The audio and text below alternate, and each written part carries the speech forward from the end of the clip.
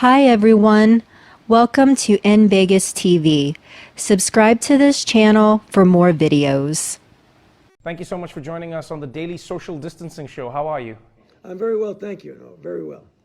You are an infectious diseases expert who has advised 6 presidents on everything from SARS to Ebola to the HIV epidemic and Zika.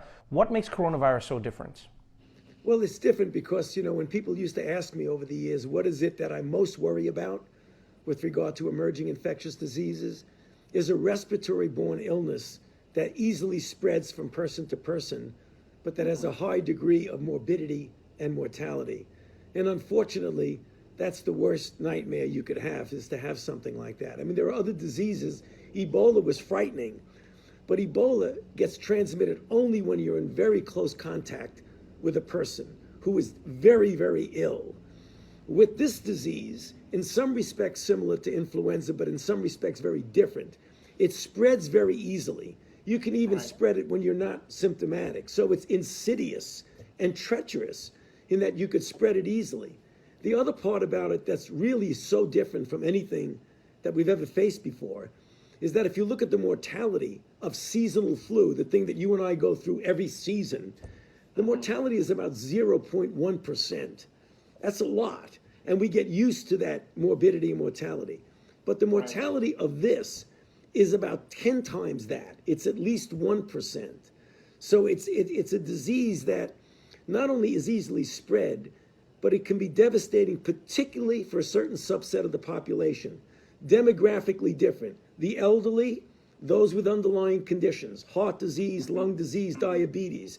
It can be very serious for them with a high degree of mortality. Let's talk a little bit about the information in and around corona that's I think getting people confused. I see so many conflicting ideas online, and I guess the horrible byproduct of having social media and the internet is everyone is now an expert and everyone has an opinion. I know this is very basic for you, but just to help everyone be on the same page, how can we catch corona and what are the areas we should be most concerned about? So we know about human-to-human transmission. Most people understand that, but I see people online worried about grocery shopping, touching packages that they receive from Amazon. Do people need to wipe them down? When they're in the grocery store, can they touch other things? How long does coronavirus last in the air? For instance, if you walk into an elevator after somebody else, can coronavirus still be there? What do we need to be on the lookout for as individuals? Okay, there's varied degrees of risk, Trevor, of that in every respect. But the things that are the most common that you really want to latch on to is that sneezing and coughing. When someone is ill, they've got to get themselves out of circulation because they can spread by droplets and even by what we call aerosol, which means the drop doesn't go down right away. It hangs around for a bit. So you could come into a room thinking everything is all right, and then you inhale it.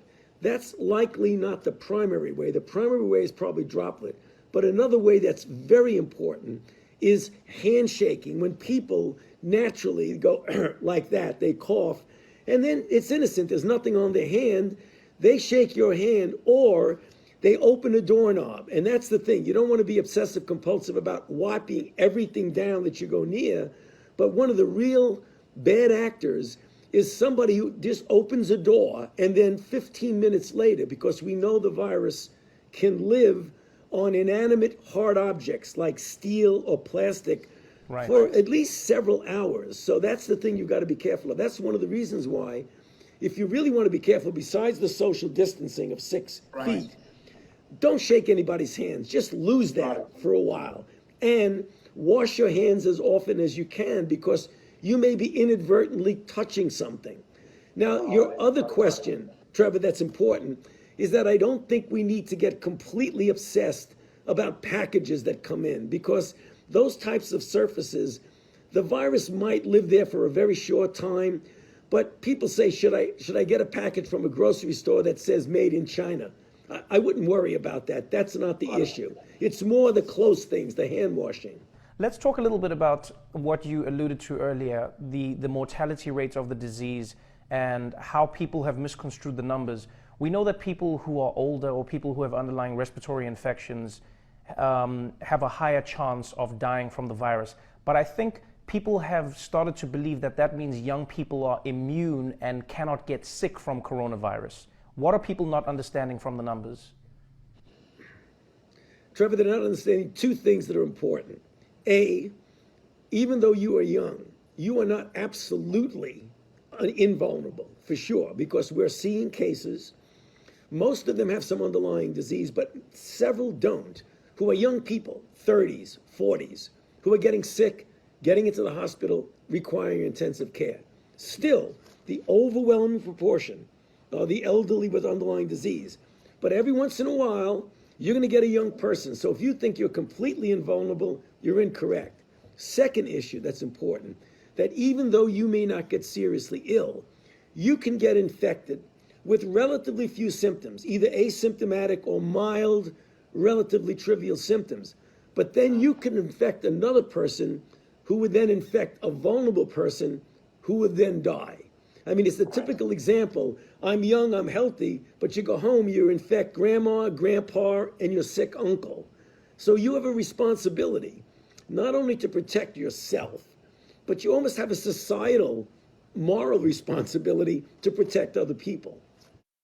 In talking about the virus, it feels like, understandably, everyone is trying to find an answer. Everybody is trying to find their own solution. Unfortunately, that has bred, it's created a breeding ground for misinformation. For instance, cures that people are touting online, concoctions of different medications, etc. We read about malaria drugs and chloroquine or whatever it is. What is the biggest warning you would give to the general public about trying to self-medicate, or is there any cure that people actually have discovered? What, as a leading health expert, what do you say about this issue?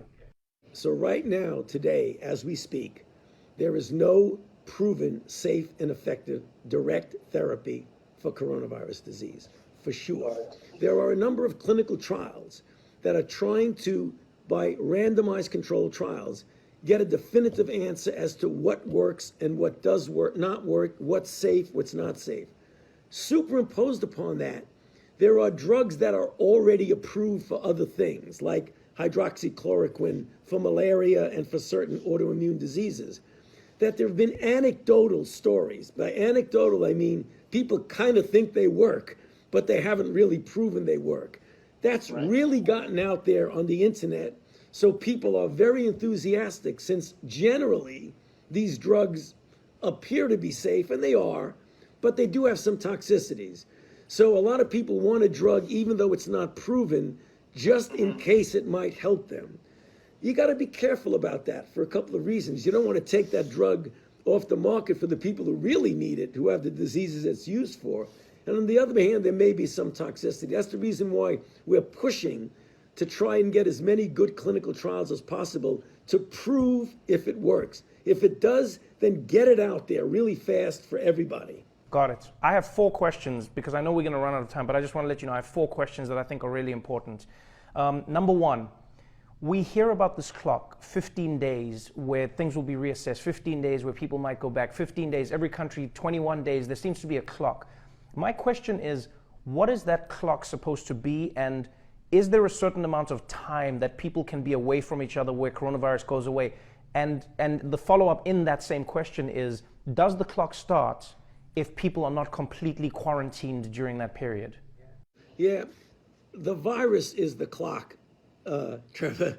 So people say, may arbitrarily, well, in 2 weeks, we're going to be okay. It depends on the kinetics of the outbreak. Right now, take New York City. They are getting hit really hard, and the kinetics of the outbreak is going there. You can't predict when it'll make that turnaround and start coming down. In general, if you look historically at countries that have been through the whole cycle, in China, it was about 8 weeks or so before it went way up and then way down. In Korea, the same thing. So if you look at each individual country, and being a big country as we are here in the United States, we're almost like a lot of little countries. Like New York in itself can be considered a country. California can be considered a country. So it's unpredictable about when you can say this cycle. It's usually measured in several weeks. Sometimes when you're into the cycle, you may only be 2 to 3 weeks away before it starts to turn around. Right. Okay, so then to that point, that's then my second of the 4 questions. Second question is New York City really harder hit, or is New York's testing making the numbers spike up, and is this something that we're going to see start trending throughout America? Well, there are a couple of good questions right in there. New York is more hardly hit for sure. The nature of the city, the crowding of the city, the fact that you get the beginning of your outbreak when you get influx from other countries. China was the index country that came in. New York is a travel hub of the country. So clearly we had a lot of cases come in. By the time they realized what they were dealing with, they had already gotten a sucker punch. And they really were playing catch up. They didn't do anything wrong. They're not very different except that they're a big, robust city. And because of that, they're getting hit hard. Okay, and then the second last question is with regards to reinfection and immunity. We talk about people who have it and are asymptomatic. We talk about people who are recovering, and we're starting to see those numbers grow around the world. Do we know yet if getting corona and surviving corona means that you're now immune to the disease, or is there a chance of reinfection? We don't know that for 100% certain because we haven't done the study to see re-challenges, whether they've been protected. But I feel really confident that if this virus acts like every other virus that we know, once you get infected, get better, clear the virus, that you'll have immunity that will protect you against reinfection. So it's never 100%, but I'd be willing to bet anything that people who recover are really protected against reinfection. Okay, and then our final question, and thank you so much for your time. I really hope everyone understands how important it is to listen to you. Final question with regards to the government, the CDC, the NIH, and all of the units working together. Right now, it feels like there is a push and pull, a tug of war between states and the federal government, etc. For Americans who are out there watching this, what is the plan, and what do you think needs to happen for the whole unit of the United States to fight the coronavirus, implementing different checks and balances along the way to make sure that everyone fights it and the numbers go down? Well, that's a very good question. Things are implemented at the state and local level. That's the way this country works so well. The federal government is a facilitator, it's a supplier, it's a supporter. And that's the way things should be going. And that's what we're starting to see now as we are catching up on things that weren't done so well in the beginning. We now have many, many more tests. The private industry is getting involved. The government's not making the test, the private industry is.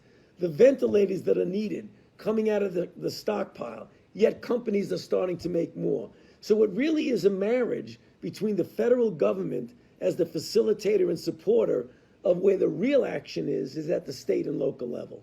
Thank you so much, Dr. Fauci. You've been amazing. I could talk to you for an hour on this, but I know everyone wants your time. Good luck with what you're doing, and I hope we're doing our part to make your job a little bit easier. Thank you.